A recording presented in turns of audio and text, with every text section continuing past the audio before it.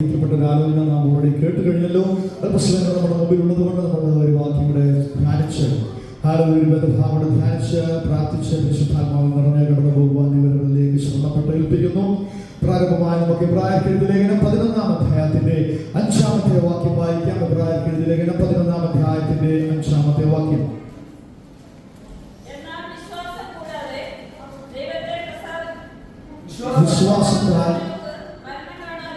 വിശ്വാസത്താൽ ഹാനോക്ക് മരണം കാണാതെ എടുക്കപ്പെട്ടു.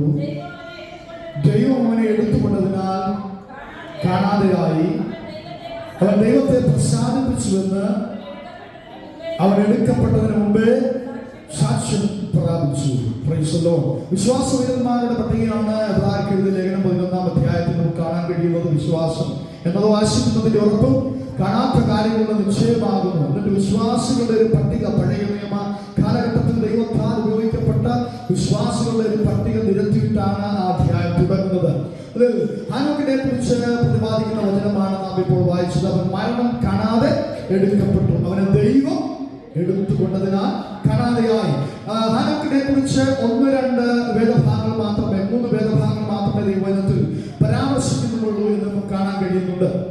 ഏലിയാവിനെ ദൈവം ചുഴലിക്കാറ്റിൽ എടുത്തതുപോലെ ഹാനോക്കിനെ മരണം കാണാതെ ദൈവസ്ഥലത്തിൽ എത്തുവാൻ ഹാനോക്കിന്റെ ഇടയായിത്തീർന്നു നമുക്ക് ദൈവത്തെ പഠിക്കുമ്പോൾ മനസ്സിലാക്കുവാൻ കഴിയുന്നുണ്ട്. ഉൽപ്പത്തി പുസ്തകത്തിലും യൂദയുടെ പുസ്തകത്തിലും ഹാനോക്കിനെ കുറിച്ചുള്ള പദപ്രയോഗങ്ങൾ വേദഭാഗങ്ങൾ കാണുവാൻ കഴിയുന്നുണ്ട്. ഉൽപ്പത്തി പുസ്തകം 5-ാം അധ്യായത്തിലാണ് ഹാനോക്കിനെ കുറിച്ച് പ്രാരംഭമായി പരാമർശിച്ചിരിക്കുന്നത്. 5-ന്റെ 21 മുതലുള്ള വാക്യങ്ങൾ ഒന്നുകൂടെ വായിക്കാം. ഹാനോക്കിന് 65 വയസ്സായപ്പോൾ അവൻ മെഥൂശലേഹിനെ ജനിപ്പിച്ച ശേഷം 300 സംവത്സരം ദൈവത്തോട് കൂടെ നടക്കുകയും ചെയ്തു. 365 സംവത്സരം അവൻ ദൈവത്തോടൊപ്പമായിരുന്നു. ദൈവത്തോട് കൂടെ നടന്നു. ദൈവം അവനെ എടുത്തുകൊണ്ടതിനാൽ കാണാതെയായി. ഇവിടെ പല സഭകളെ കുറിച്ചൊക്കെ ഇപ്പോൾ കഥാദാസൻ സംസാരിക്കുന്നുണ്ടായിരുന്നല്ലോ. ഹല്ലേലൂയ. നമുക്കറിയാം, വിവാഹം വിലക്കുന്ന സഭകളുണ്ട്. കത്തോലിക്ക സഭ അവരുടെ പുരോഹിതന്മാർക്ക് വിവാഹം വിലക്കുന്നുണ്ട്. TPM-കാർ അവരുടെ ശുശ്രൂഷന്മാർക്ക് വിവാഹം വിലക്കുന്നുണ്ട്. കാരണം ദൈവത്തോടുള്ള ബന്ധത്തിൽ ചേർന്ന് നടക്കുന്നതിന് വിവാഹ ജീവിതം അല്ലെങ്കിൽ കുടുംബ ജീവിതം ഒരു പ്രയാസമായി തീരുമെന്നുള്ള പഠിപ്പിക്കലുകൾ കൊണ്ടാണ് അവർ വിവാഹം വിലക്കുന്നത്. എന്നാൽ ഇവിടെ ഒരു മനുഷ്യനെ കാണാൻ കഴിയുന്നുണ്ട്. ഉൽപ്പത്തി പുസ്തകം 5-ാം അധ്യായത്തിൽ ഹല്ലേലൂയ ദൈവത്തോട് കൂടെ നടക്കുകയും ഹല്ലേലൂയ കുടുംബ ജീവിതം നയിക്കുകയും ഹല്ലേലൂയ പുത്രന്മാരെയും പുത്രിമാരെയും ജനിപ്പിക്കുകയും ചെയ്തുകൊണ്ട് 300 സംവത്സരം അവൻ ദൈവത്തോട് കൂടെ നടന്നു. ഹല്ലേലൂയ.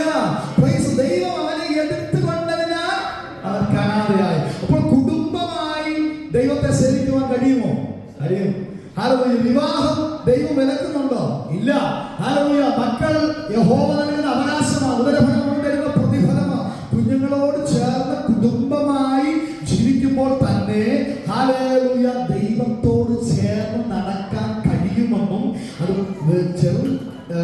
ചെറിയ ടൈമല്ല. 300 സംവത്സരം 365 വയസ്സുള്ളവൻ 300 സംവത്സരത്തോളം ദൈവത്തോട് കൂടെ നടന്നവനെ കാണാതായെന്ന് എഴുതിയിരിക്കുമ്പോൾ തലമുറകൾ കുടുംബം ദൈവത്തോട് നടക്കുന്നതിനൊരു വിഷയമല്ല എന്ന് പഠിപ്പിച്ച വ്യക്തിയാണ് ഹാനോക്ക്. അങ്ങനെയാണെങ്കിൽ കുടുംബമായി രാത്രി ദൈവത്തെ ആരാധിക്കുന്നതിന് ദൈവമഹത്വമാണ്. കുടുംബമായി ഇവിടെ ആയിരിക്കുവാൻ പോവുകയാണല്ലോ. ആരുടെ തലമുറകളോടുകൂടെ ചേർന്ന് ദൈവത്തെ ഈ സഭയിൽ ഉയർത്തുവാൻ പരിശുദ്ധാത്മ വഴികൾ ഹല്ലേലൂയ പുതുവഴികളെ തുറക്കട്ടെ. അവൻ ദൈവത്തോട് കൂടെ നടന്നു എന്ന് കാണാൻ കഴിയുന്നുണ്ട്. യൂദായ്ക്ക് എഴുതിയ ലേഖനത്തിലും നമുക്കത് കാണാൻ കഴിയുന്നുണ്ട്. എഴുതിയ ലേഖനം 14-15 വാക്യങ്ങൾ എന്ന് കാണാൻ കഴിയുന്നുണ്ട്. ആദാം മുതൽ 7-ാമനായ വിശ്വാസത്തെ കുറിച്ച് പറഞ്ഞു വരുമ്പോൾ അവൻ 2-ാം സ്ഥാനത്ത് നിൽക്കുകയും ഹല്ലേലൂയ വംശാവലിയിൽ അവൻ ആദാമിന്റെ വംശാവലിയിൽ 7-ാം സ്ഥാനത്തുമാണ് കാണാൻ കഴിയും. 7-ാമനായ ഹാനോക്കും ഇവരെ കുറിച്ച് കർത്താവെല്ലാവരെയും വിധിപ്പാനും അഭക്തിയോട് ചെയ്ത ഭക്തിവിരുദ്ധമായ സകല പ്രവൃത്തികളും നിമിത്തം നിഷ്ഠൂരങ്ങൾ നിമിത്തം ബോധവരുത്തുവാനും 1000 വിശുദ്ധന്മാരോടുകൂടെ വന്നിരിക്കുമെന്ന് പ്രവചിച്ചു. അപ്പൊ ദൈവത്തോട് കൂടെ നടന്ന ഈ മനുഷ്യൻ ആരോടായിരുന്നു? ഒരു ദൈവത്തിൽ നിന്ന് കേട്ട ദൈവത്തിന്റെ അരുളപ്പാടുകളെ പ്രസ്താവിക്കുന്ന ഒരു പ്രവാചകനായിരുന്നു.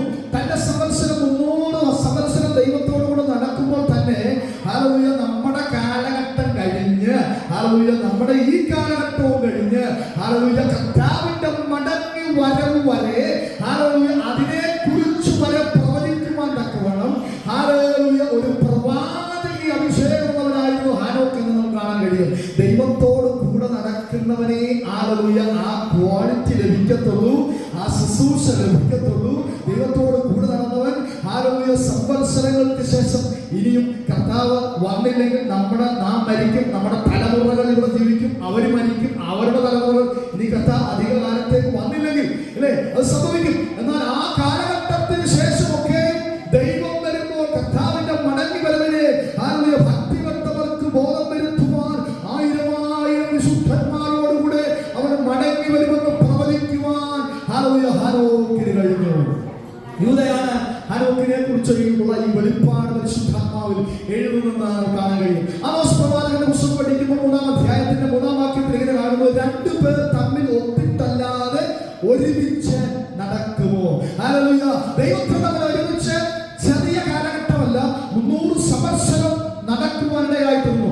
സ്വർഗത്തിൽ നിന്ന് ദൈവം നിശ്ചയമായി ആദവനെ കാണുവാൻ ഇറങ്ങി വന്നതുപോലെ ഹാനോക്കിനെ കാണുവാൻ ഇറങ്ങി വന്നിട്ടുണ്ടെന്നുള്ളത് നിശ്ചയം അല്ലേ? സ്വർഗത്തിൽ വസിക്കുന്നവനായ സർവശക്തനായ ദൈവം യഹോവയായിരിക്കുന്ന ദൈവം ഹല്ലേലൂയ ഹല്ലേലൂയ ഹാനോക്കിനോട് കൂടെ ചേർന്ന് നടന്ന് സംസാരിക്കുവാൻ ഹല്ലേലൂയ ദൈവം ഇറങ്ങി വന്നു എന്ന് നമുക്ക് ചിന്തിക്കുവാൻ കഴിയും. അത് കുറഞ്ഞ കാലഘട്ടമല്ല, 300 സംവത്സരം. 2 പേർ ഒത്തിട്ടല്ലാതെ ഒരുമിച്ച് നടക്കാനായിട്ട് പെടുകയില്ല. ഹല്ലേലൂയ പരസ്പരം സ്നേഹബന്ധം ഉണ്ടായിരിക്കണം, ആത്മാർത്ഥത ഉണ്ടായിരിക്കണം, വിശ്വസ്തത ഉണ്ടായിരിക്കണം. ഹല്ലേലൂയ ഒരുമിച്ചുള്ള അഭിപ്രായം ഏക അഭിപ്രായമായിരിക്കണം. അങ്ങനെ ഒരു സാധാരണ മനുഷ്യനോട് ചേർന്നല്ല ഹാനോക്ക് നടക്കുന്നത്, സർവശക്തനായ ദൈവത്തോട് ചേർന്ന് നടന്നു. ഇന്ന് രാത്രി കർത്താവ് നമ്മെക്കുറിച്ച് ആഗ്രഹിക്കുന്നത് അതാണ്. ഹല്ലേലൂയ ചില ഭൗതികമായ വിടുതലുകൾ, അനുഗ്രഹങ്ങൾ ദൈവത്തിൽ നിന്ന് പ്രാപിക്കുക എന്നുള്ള ഒറ്റ ഉദ്ദേശം മാത്രമായിരിക്കരുത്. നമുക്ക് ദൈവത്തോടുകൂടെ നടക്കണമെന്നുള്ളൊരു ആഗ്രഹം ഉണ്ടായിരിക്കണം. ഹല്ലേലൂയ. ആദവനെ സൃഷ്ടിച്ചു തന്നെ അതിനാണ് അല്ലെ വെയിലാകുമ്പോൾ ഇറങ്ങുന്നത്. കൂട്ടായ്മയ്ക്കാണ് ദൈവം ആദവനെ സൃഷ്ടിച്ചത്. ഹല്ലേലൂയ. വ്യക്തിപരമായ സ്നേഹബന്ധത്തിന്, അവനെ കാണുവാൻ, സംസാരിക്കുവാൻ, കൂട്ടായ്മ ബന്ധത്തിനാണ് ആദവനെ ദൈവം സൃഷ്ടിച്ചത്. അതുപോലെ ഹാനോക്കിന്റെ തലമുറയിൽ ദൈവത്തോട് കൂടെ നടന്നു എന്ന് കാണുവാൻ കഴിയുന്നുണ്ട്. ഹല്ലേലൂയ. Praise the Lord. മാത്രമല്ല അവർ കുടുംബത്തോടൊപ്പം ദൈവത്തെ സേവിച്ചു, തലമുറകളെ അവൻ ജനിപ്പിച്ചു എന്ന് കാണാൻ കഴിയുന്നുണ്ട്. തലമുറകൾ ചേർന്ന് അവർ ദൈവത്തെ മഹത്വപ്പെടുത്തി എന്ന് കാണാൻ കഴിയുന്നുണ്ട്. നാം ജീവിക്കുന്ന ഈ കാലഘട്ടത്തിൽ നമ്മൾ മാത്രമല്ല, നമ്മുടെ തലമുറകളോടെ നാം രുചിച്ചറിഞ്ഞ ദൈവത്തെ രുചിച്ചറിയുവാനിടയാകണം. നല്ലവനെന്ന് രുചിച്ചറിയുന്നവൻ രുചിച്ചറിഞ്ഞ നാം നമ്മുടെ തലമുറകളും രുചിച്ചറിയുവാനിടയാകണം അല്ലേ? Praise the Lord. ശ്രദ്ധിക്കുക, നാം ദൈവത്താൽ പ്രയോജനപ്പെട്ടു, ഉപയോഗിക്കപ്പെട്ടു, ദൈവ സാന്നിധ്യം അനുഭവിച്ചിരിക്കുന്നു. നമ്മുടെ തലമുറകൾ നഷ്ടപ്പെട്ടു പോയാലോ, നമ്മുടെ തലമുറകൾ ദൈവത്തിന്റെ അകത്ത് പോയാലോ, ദൈവ സാന്നിധ്യം അനുഭവിക്കാതെ ലോകത്തിന്റെ മോഹങ്ങളിൽ പെട്ടുപോയാലോ എന്ത് നഷ്ടമാണല്ലേ? എന്നാൽ ഹല്ലേലൂയ ഹാനോക്ക് കുടുംബമായി ദൈവത്തെ ഉയർത്തി, യോശുവ കുടുംബമായി ദൈവത്തെ ഉയർത്തി എന്ന് നമുക്ക് കാണാൻ കഴിയുന്നുണ്ടല്ലേ? അപ്പൊ നമ്മുടെ തലമുറകളും നാം വിശ്വസിച്ച ദൈവത്തെ, നാം രുചിച്ചറിഞ്ഞ ദൈവത്തെ രുചിച്ചറിയുവാനിടയായിത്തീരണം. നാളെ നമ്മുടെ തലമുറ, നമ്മുടെ കുഞ്ഞുങ്ങൾ പറയാനിടയാകരുത്, ഓ പപ്പ കാരണമാണ് എനിക്ക് ആത്മീയമായി മുന്നേറുവാൻ, മമ്മി കാരണമാണ് എനിക്ക് ആത്മീയമായി മുന്നേറുവാൻ കഴിയാതിരുന്നത് എന്ന് പറയാൻ അനുവദിക്കാതെ ഹല്ലേലൂയ നാം അവരുടെ മുന്നിൽ നല്ല സാക്ഷ്യമുള്ളവരായി, പരിശുദ്ധാത്മാവുള്ളവരായി, അവരെ കൂടെ ദൈവത്തോട് അടുപ്പിക്കുന്നവരായി തീരണം. അതിൽ ഹാനോക്ക് വിജയിച്ചു എന്ന് കാണാൻ കഴിയുന്നുണ്ട്. എന്നാൽ മറ്റൊരു വ്യക്തിയെ കുറിച്ച് ദൈവത്തിന്റെ വചനം പഠിപ്പിക്കുന്നുണ്ട്. 1 ശമൂവേലിന്റെ പുസ്തകം 14-ാം അധ്യായത്തിന്റെ 29-ാമത്തെ വാക്യത്തിൽ ഒരു മകൻ തന്റെ അപ്പനെ കുറിച്ച് പറയുന്ന ഒരു പദമുണ്ട്. 1 ശമൂവേൽ 14:29 എഴുതിയിരിക്കുകയാണ്. യോനാഥാനാണ് പറയുന്നത്.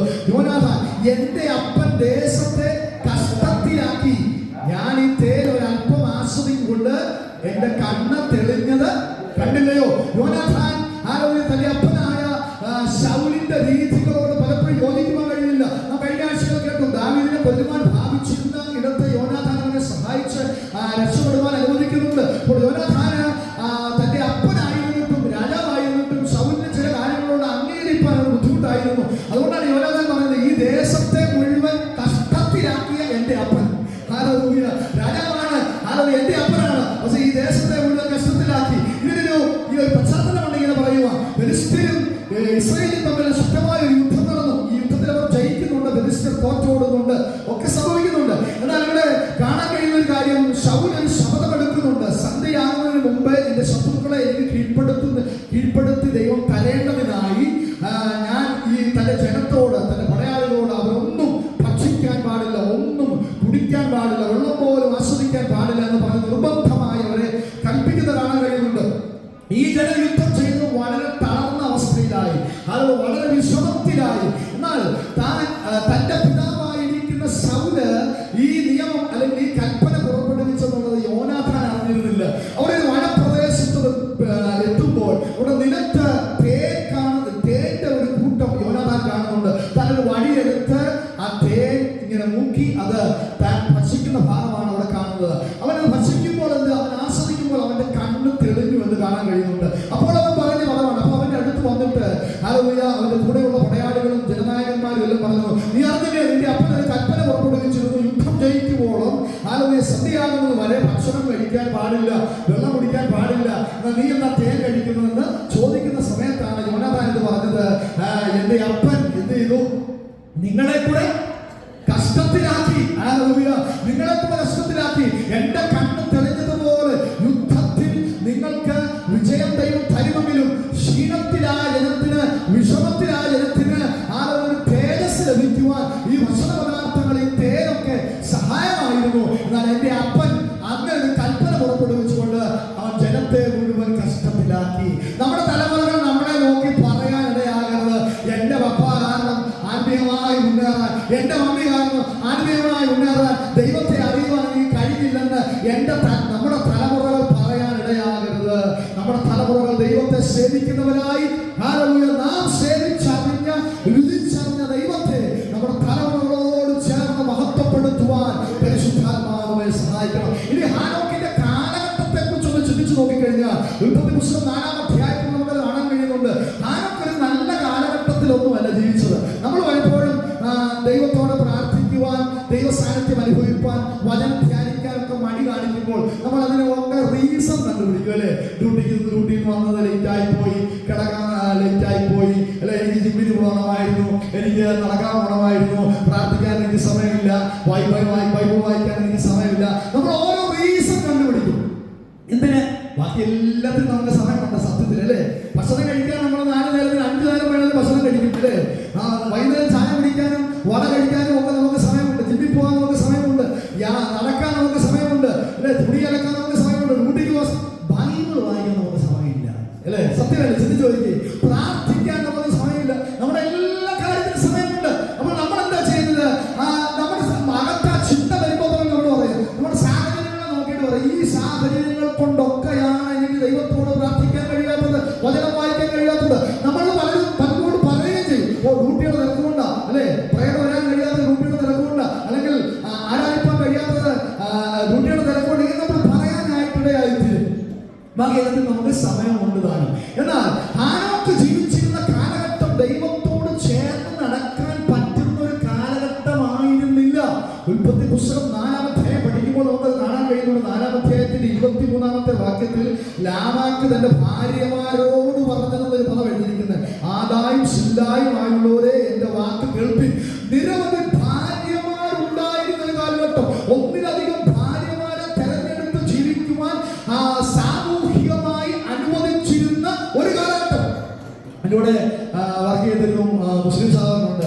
ഞങ്ങളിങ്ങനെ കാര്യങ്ങൾ സംസാരിക്കുമ്പോൾ അദ്ദേഹത്തോട് നിങ്ങൾക്ക് പറ്റുമല്ലോ, 3-4 കല്യാണം കഴിക്കാനൊക്കെ നിങ്ങൾക്ക് പറ്റുമല്ലോ, ക്രിസ്ത്യാനികൾക്ക് അത് അനുവദനീയമല്ല, പക്ഷേ മുസ്ലിങ്ങൾക്ക് അത് അനുവദനീയമാണെന്ന് പറഞ്ഞപ്പോൾ അദ്ദേഹം പറഞ്ഞു, എൻ്റെ ആദ്യ ഭാര്യ സംഭവിക്കത്തില്ല, എൻ്റെ ആദ്യ ഭാര്യ സംഭവിക്കത്തില്ല. എനിക്ക് ആ മനസ്സിലാഗ്രഹമുണ്ട്, കുടുംബാംഗങ്ങൾക്ക് മനസ്സിലാഗ്രഹമുണ്ട്, പക്ഷേ അവൾ സംഭവിക്കത്തില്ല രണ്ടാമത്തെ കല്യാണം കഴിക്കാൻ അല്ലേ. എന്നാൽ ഹാനോക്കിന്റെ കാലഘട്ടം സാമൂഹ്യമായി അതപ്പതിച്ചൊരു കാലഘട്ടമായിരുന്നു. ആ കാലഘട്ടം ഒന്നിലധികം ഭാര്യമാരെ വിവാഹം കഴിപ്പാൻ അനുവദിച്ചിരുന്ന ഒരു കാലഘട്ടം. ഇനി എന്താണ്?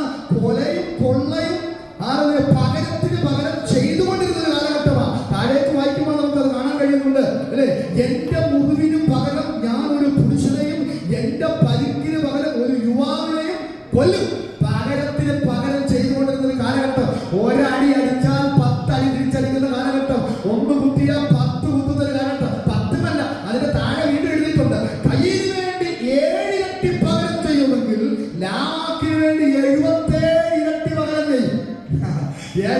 70 വട്ടം ക്ഷമിക്കണമെന്ന് കർത്താവ് തന്റെ ശിഷ്യന്മാരെ പഠിപ്പിച്ചപ്പോൾ ഹല്ലേലൂയ ഹാനോക്കിന്റെ കാലഘട്ടം എങ്ങനെയാ?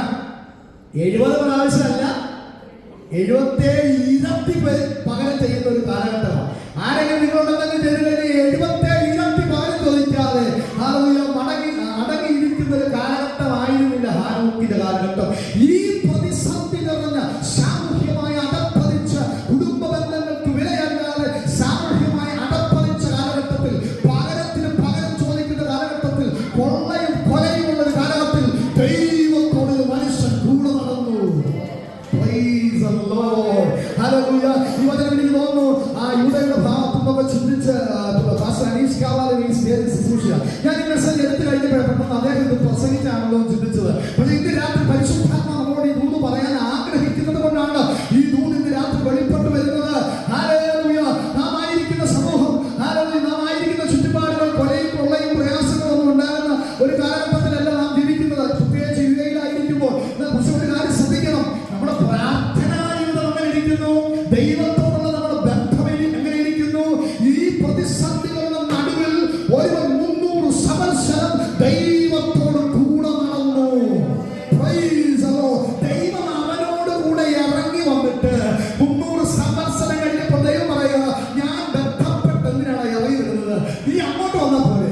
Praise the Lord. മരണം കാണാതെ അവൻ ദൈവത്തിന്റെ അടുത്ത് ചെന്നു. അങ്ങനെ രാത്രി എക്സ്ക്യൂസുകൾ ഉണ്ടെങ്കിൽ ഇന്ന് രാത്രി പൊളിയത്ത് നമ്മോട് ദൈവത്തിൽ നിന്ന് നമ്മെ അകറ്റി കളയുന്ന സകല ബിസി ഷെഡ്യൂളുകളും ഇന്ന് രാത്രി പരിശുദ്ധാത്മാവിൽ ക്യാൻസൽ ചെയ്താട്ടെ. വിശ്വസിച്ച് വചനം ഏറ്റെടുത്താട്ടെ. എന്റെ സമയത്തെ നഷ്ടപ്പെടുത്തി കളയുന്ന ദൈവത്തോടുള്ള ബന്ധത്തിൽ നിന്ന്, പ്രാർത്ഥനാ ജീവിതത്തിൽ നിന്ന്, വചനധ്യാനത്തിൽ നിന്ന് എന്റെ സമയത്തെ അപഹരിച്ചു കളയുന്ന ഈ കാലഘട്ടത്തിൽ പിശാചികളുടെ ഏറ്റവും വലിയൊരു പരിപാടിയാണിത്. ഹല്ലേലൂയ. അവൻ നമുക്കെതിരെ പോരുകളും പ്രതിസന്ധികളും ഒക്കെ കൊണ്ടുവരുന്നതിനേക്കാൾ അവൻ ചെയ്യുന്ന ഒരു കാര്യം സമയത്തെ അപഹരിച്ചു കളയുക. പ്രാർത്ഥിക്കുവാൻ സമയമില്ലാതാക്കുക, വചനം ധ്യാനിപ്പാൻ സമയമില്ലാതാക്കുക, ദൈവത്തോടുള്ള ബന്ധത്തിന് സമയമില്ലാതാക്കുക. എന്തുകൊണ്ടാണ് ദൈവത്തോടുള്ള ബന്ധത്തിന് സമയമില്ലാതാക്കുന്നത്? ദൈവത്തോട് കൂടെ നടന്നാൽ നീ പ്രവചിക്കുന്നവനാകും. ദൈവത്തോട് കൂടെ നടന്നാൽ നീ അഭിഷേകമുള്ളവനാകും. ദൈവത്തോട് കൂടെ നടന്നാൽ ചുഴലിക്കാറ്റിൽ അന്യമയമായ രഥങ്ങളും കുതിരകളും ഒക്കെ ഇറങ്ങി വന്ന് നിന്നെ ശുശ്രൂഷിപ്പാനിടയായിത്തീരും. ദൈവത്തോട് കൂടെ നടന്നാൽ ദൈവത്തിന്റെ ദൂതന്മാർ ഇറങ്ങി വരും.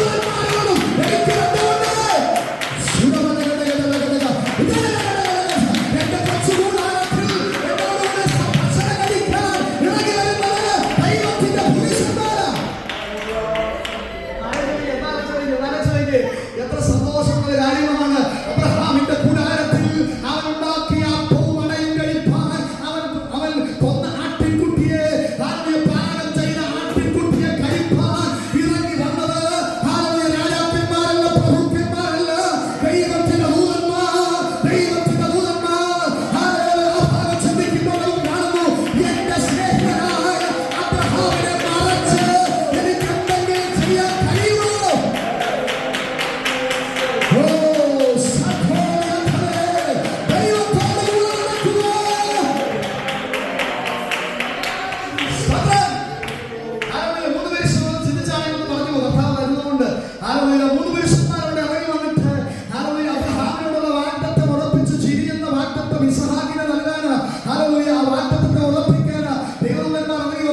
പക്ഷേ ലോത്തിനെ നശിപ്പിക്കുന്ന കാര്യമോ, ലോത്തിന്റെ പട്ടണത്തെ നശിപ്പിക്കുന്ന കാര്യമോ, സോദോം ഗോമോരെ കത്തിക്കുന്ന കാര്യമൊന്നും അബ്രഹാമിനോട് പ്രാരംഭത്തിൽ അവർ വെളിപ്പെടുത്തുന്നില്ല.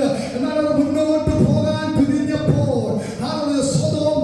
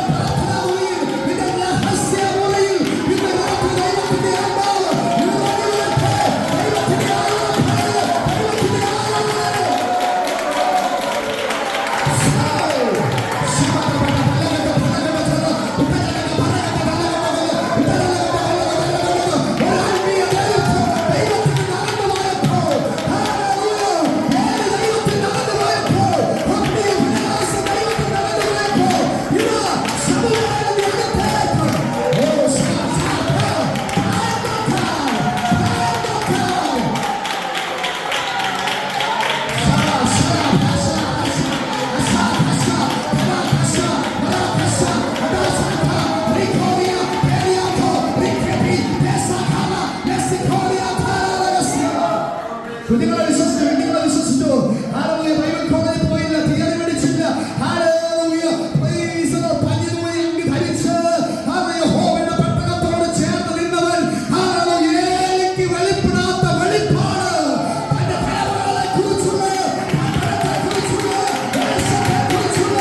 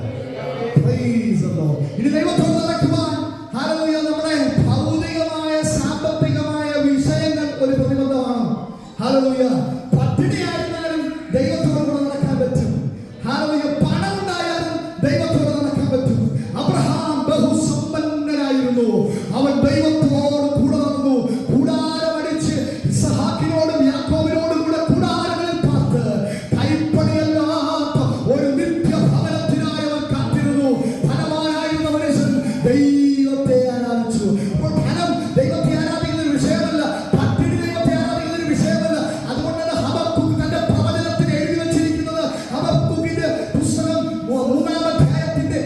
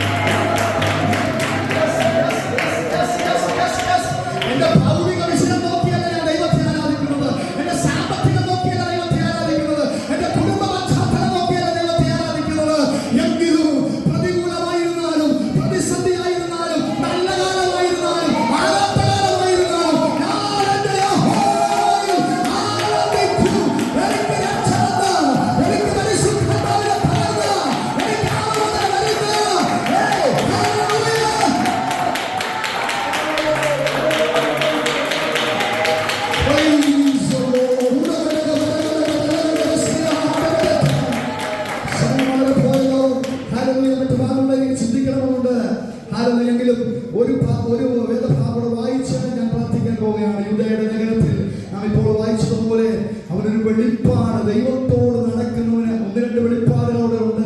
ചിന്തിക്കാൻ സമയമില്ലെങ്കിൽ ഒരു കാര്യം മാത്രം ചിന്തിച്ച് ആരാധിക്കാൻ പോവുകയാണ്. ഹല്ലേലൂയ. ദൈവത്തോട് നടക്കുന്നവന് ദൈവം തന്നെ രഹസ്യം വെളിപ്പെടുത്തി കൊടുക്കും. ഭാവിയെ കുറിച്ച് നിനക്ക് അറിയണോ? നിന്റെ തലമുറകളെ കുറിച്ച് നിനക്ക് അറിയണോ? ഹല്ലേലൂയ. നിന്റെ വ്യക്തിപരമായ ജീവിതത്തിന്റെ ഹല്ലേലൂയ പരിശുദ്ധാത്മനിറവിലുള്ള മുന്നേറ്റത്തെ കുറിച്ച് അറിയണോ? ദൈവം വെളിപ്പെടുത്തി തരും.